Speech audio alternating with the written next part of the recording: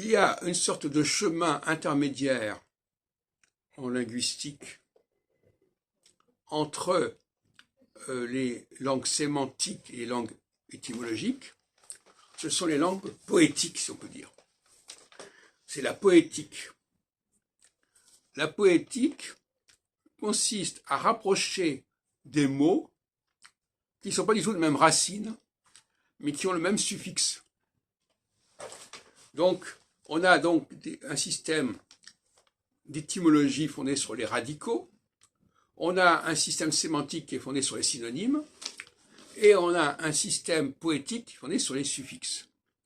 Donc, vous allez relier toutes sortes de mots qui se terminent de la même manière, comme en URE ou en INE ou en ARD, n'importe quoi. Et ça va être une sorte de solution, comme pour les chansons d'ailleurs, c'est pareil. On aura l'impression d'une cohérence structurelle de la langue qui va au-delà de la sémantique, qui n'est pas de l'ordre de l'étymologie, c'est une pseudo-étymologie qui s'insère, qui s'introduit comme une troisième voie entre la sémantique et l'étymologie. Quand on s'amuse comme ça à rapprocher des mots qui se terminent de la même manière.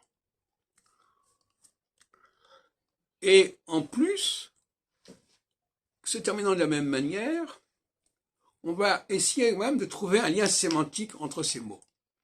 Parce que la poésie ne cherche pas simplement à rapprocher ce qui rime, elle va aussi essayer de trouver du sens. Tout l'art du poète, c'est de rapprocher des mots qui n'ont rien à voir entre eux, mais qui se terminent par le même suffixe, et de partir de ce moment du principe que puisqu'ils se terminent par le même suffixe, il doit y avoir quelque chose en commun.